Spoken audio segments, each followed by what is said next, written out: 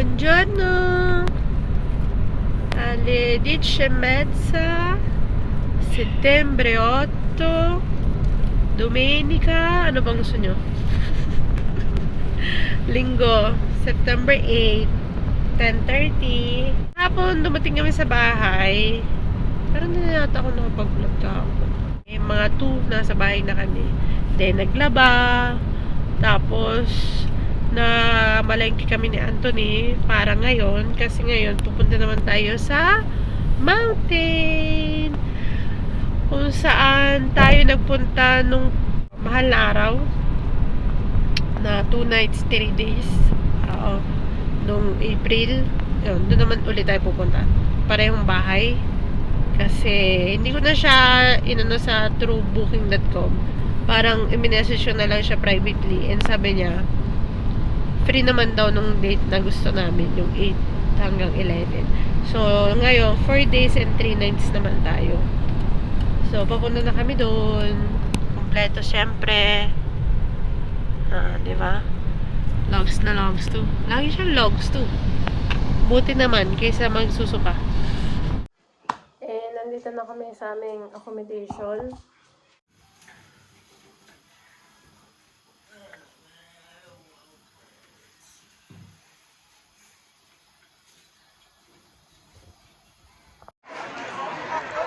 Hey guys! Nandito na kami.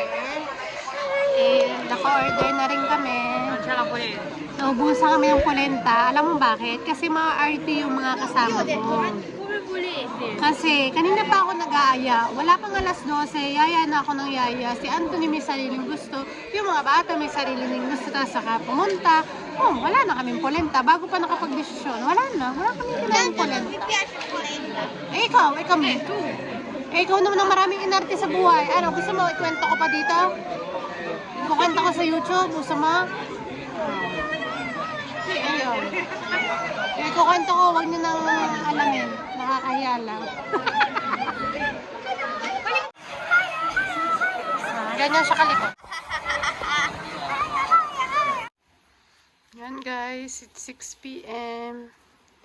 And look at our view. Maambon. Kanina umuulan na malakas. Ngayon umaambon na lang. And who is the masayang bata with his toy. Yan talagang paborito niyang gawin kahit saan pumunta. Basta magbakasyon, kailangan is a must. Ang barbecue. Ano Anthony? Barbecue is a must. Para sa taong yan. Meron, ano iniya mo? Pugita. Tulingan na nakabalot sa dahon ng saging. Courtesy of Tia Techi. Nung pumunta kami kina Ibel. Kumuha ako ng kabahagi. At ang ibang kakabahagi nasa atin Michelle. Look at that. Let's eat! 7:30. Ready na ang kamay na nagluto. Così va bene. E poi ti do anche l'altro. Hati pa talaga. Talagang gusto yung lando lang? Sì. Oh dear. Meron tayong sisig. Tulingan na nakabalot yan kanina sa daon ng saging. Octopus legs. At saka mga pancetta. Tapos may sausawan tayo dito. Ito hindi manghang for the kids. Kamatis. Sausawan ko, toyo at kalamansi at manghang. And sausawan ni Anthony. Ako walang kamatayang toyo at aceto.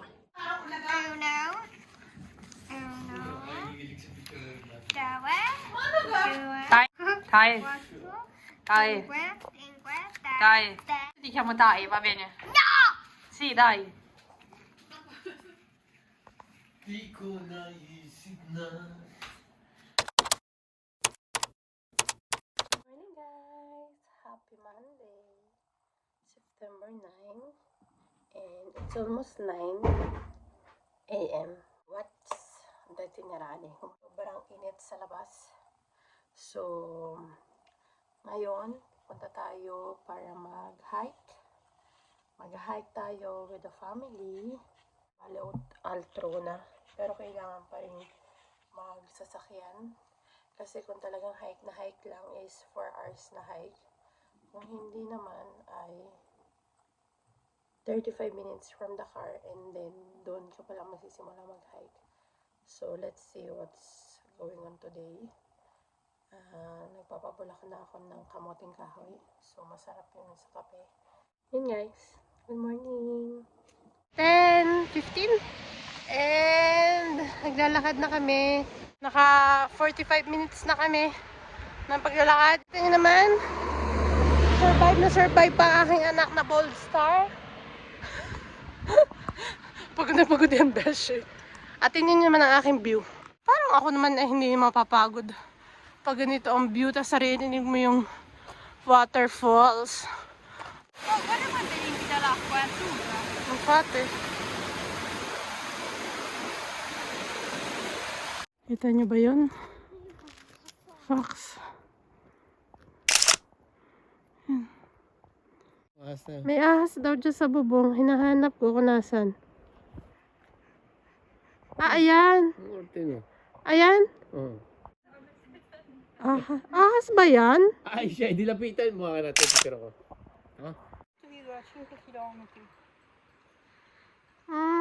Family sila. Ano, family ng sheep. Tatay, nanay, at saka may anak ang cute.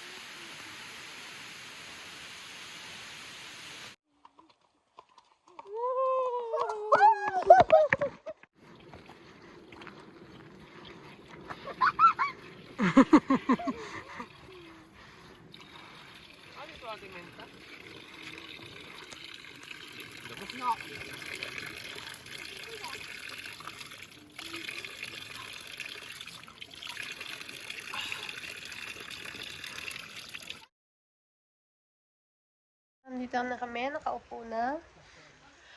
At malamig na. Sit-shirt na kami. At tumating ang mga 5. Ngayon it's almost 6:30 na yata. Kung na nagkakamali, 6:25. At as usual, nagluluto, nag-iihaw ulit si Anthony kasi lahat naman talaga ng dalahin namin dito ay ihaw. So, this time, nagluto ulit siya ng isda. Kung kahapon ay isda, pancetta, at octopus. Ngayon naman, isda, braccioli, gulay, talong, at saka zucchini, inihaw. May mais din tayong inihaw. At hipon. Pero this time, magsasalad lang kami. Hindi kami kakain ng kanin. Yung niluto ni Anthony kagabi, hindi din yung kinain namin kaninang tanghali. So, napagod kami sa aming paglalakad. Dami nangyari doon sa lakad na yun. Ilan ba kami? 20? Almost 23,000 steps. So, good job tayo doon.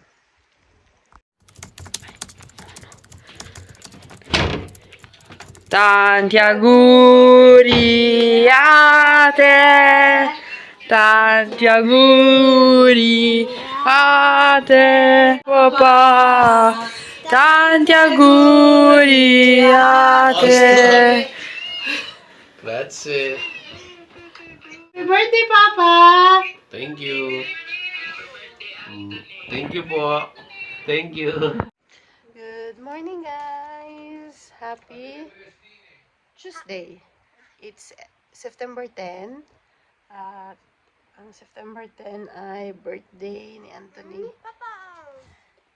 So, it's almost 11 na ng umaga. Kanina pa kaming gising. Nung nag-40 siya. So, alam nyo na ako. 44. Birthday boy. Bumili siya ng mga brioche. And we're having breakfast here outside. At maganda naman ang panahon. So, mag-walking tayo today. Walking. Again? Ngayon lang kami nag-aalmusal. Again. Ayaw mo na ito? Ngayon lang kami nag-aalmusal kasi kanina pa, gumising ako 8:30. So, antok na antok pa kami. Hindi ako misafaya ka 8:30. Ay, laari na may laging garne. Tapos wala, natulog ulit kami hanggang sa wala na. Masakit na yung tiyan ni nung birthday po eh. Gutom na daw siya, kailangan niya mag-almusal. So, yun. Kaya alti kagigising lang. Hi guys, it's 12:10 and we're in Alpe Greggio. Kejo. And And look, this Alpi. Dito lang naman siya kaganda.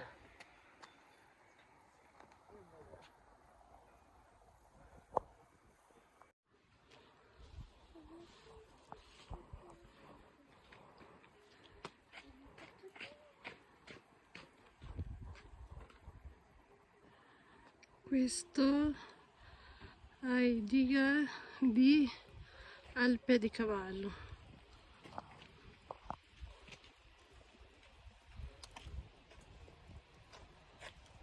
Trita na nga.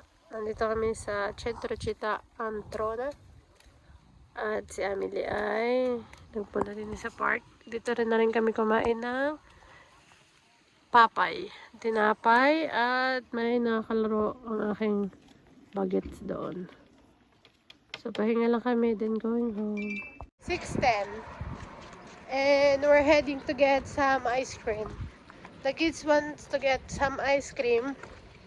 Kasi kahit kami ay nagbabakasyon, nag-aaral pa rin yung dalawa. Nagbabasa, nagagawa ng mga assignments. Kasi dito sa Italy ay may assignment pa rin kahit bakasyon. Yan. Ang birthday boy ay nakatulog mga 30 minutes. Ako hindi naman ako nakakatulog pag ano talaga. Pink. Pink. Hindi po niya favorite ang pink. No, infatti.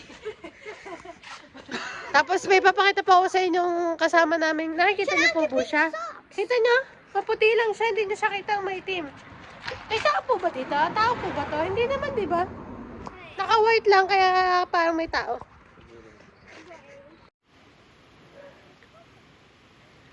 Pagkatapos namin bumili ng ice cream. Nakakita kami ng anong bolfe? Pax? It's 7:25. Nandito kami sa Biganella.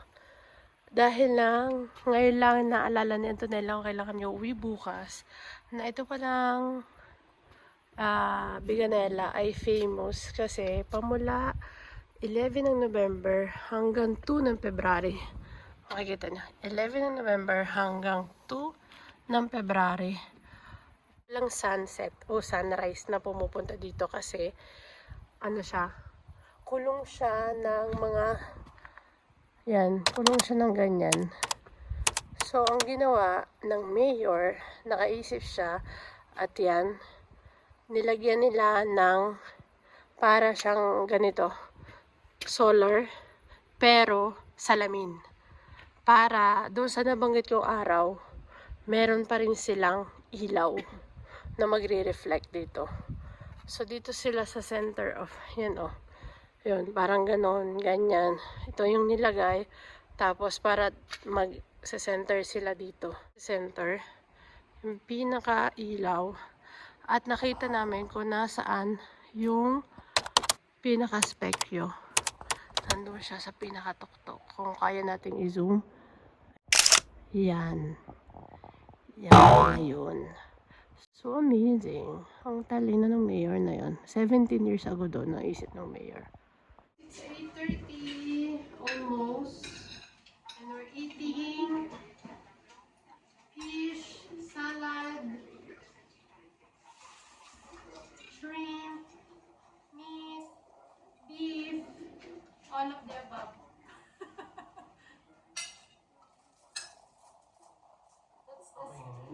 That's the simple celebration lang. Anthony. The important is we're complete and we're happy. We are relaxed. Good morning, guys. It's currently 9 a.m. September 11. And okay, magtaka kung bakit laging yung jacket Anthony isa lang ha. Syempre, marami yung dalang jacket.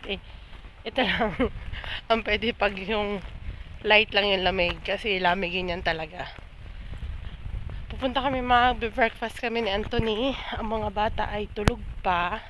Pero pagdating namin, gigisingin na namin sila kasi we're leaving at yun ang aming apartment. Dito lang naman yung bar. Mga 5 minutes walk lang. Di nga yata. 2 minutes walk lang yata. So, good morning. Recharge, happy, contented, and unang-una sa lahat ay family bonding. Right, Anthony?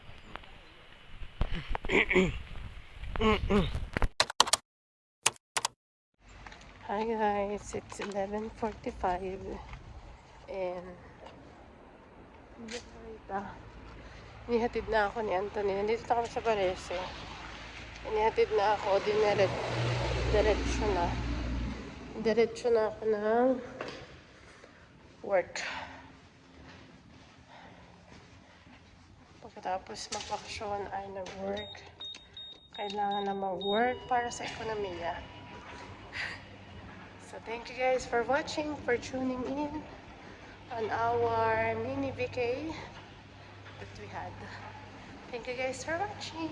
Bye!